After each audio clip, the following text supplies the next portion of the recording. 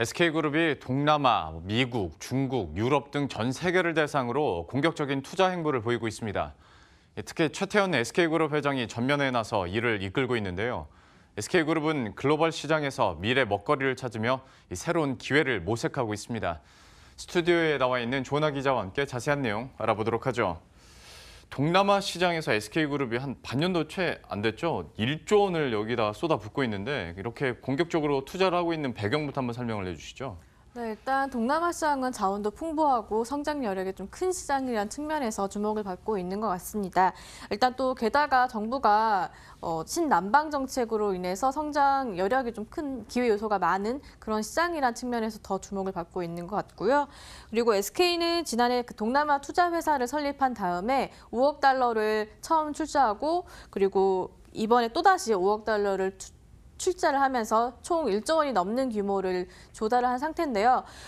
당시 처음 출자했을 당시에 베트남의 시가총액 7위 정도에 해당하는 마산그룹에 4억 7천만 달러, 우리 돈으로 5억 3천억 원에 해당되는 지분을 인수하면서 주목을 받았었습니다.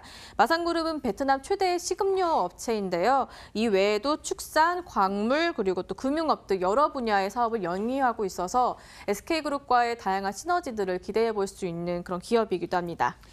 참 이런 어마어마한 돈을 이제 어디다 쓸까가 시장에서는 가장 큰 관심일 텐데 제일 먼저 나오는 얘기가 M&A 얘기지 않습니까? 지금 분위기가 좀 어떻습니까? 일단 아직까지는 SK그룹은 이제 어디에 쓸 것이다에 대해서는 이제 구체적으로 밝히고 있지는 않습니다. 예. 다만 지난번 마산그룹 지분 인수가 처음 그 법인이 설립된 당시에 한 달 정도 만에 바로 이루어졌다는 측면을 살펴봤을 때 이번에도 좀 바로 좀 이번 출자된 금액을 바탕으로 투자를 하지 않겠느냐 이런 이야기들이 나오고 있고요. 예.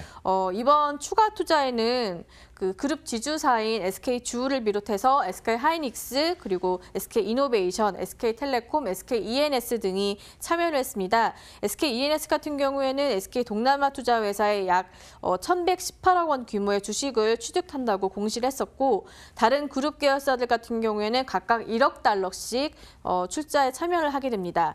아무래도 이렇게 출자에 참여한 SK 계열사들과 시너지를 낼 수 있는 이런 현지 기업에 투자를 하지 않겠느냐 이런 전망이 나오고 있습니다.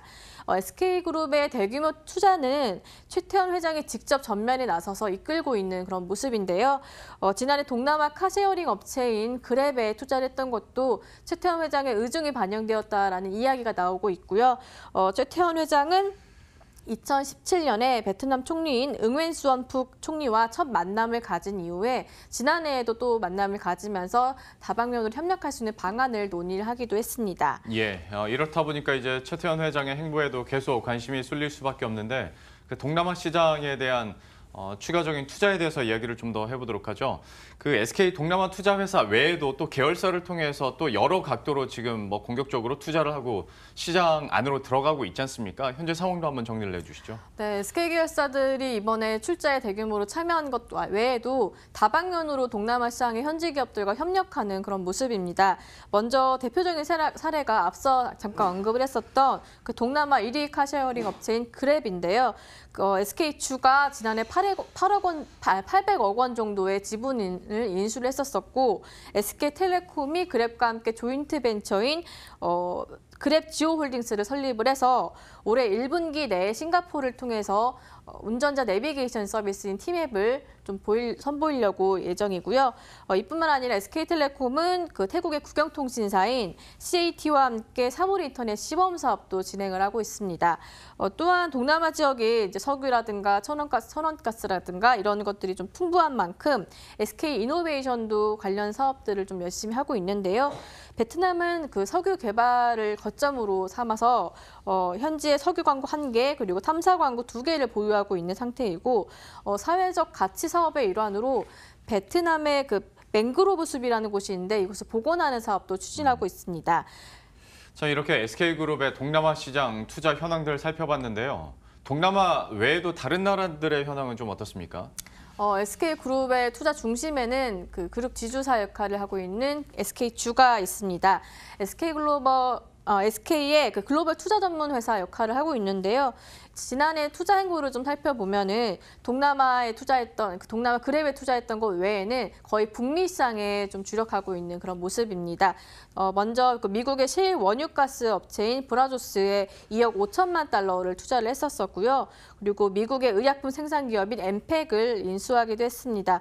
올해 들어서는 자동으로 창문 밝기를 조정해주는 IT 업체인 스마트 글래스 제조 기업인 키네스트라에 1억 달러를 투자를 하기로 했었고요.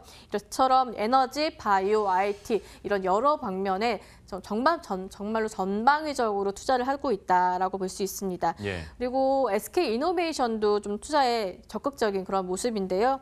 헝가리와 중국에 이어서 미국 조지아주에 배터리 공장을 설립하는 걸 좀 추진하고 있고요.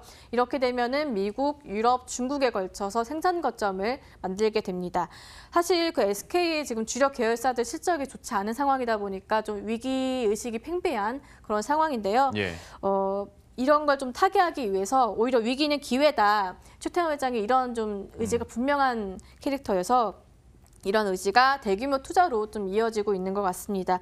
해외에서 뭔가 성장 동력을 찾아서 뭔가 이런 난국을 타개하겠다 이런 모습인데 최태원 회장의 꿈인 그 글로벌 SK에 대한 이런 것들이 이루어질 수 있을지 좀 주목해 볼 만합니다. 예. 지금까지 조은하 기자와 함께했습니다. 잘 들었습니다.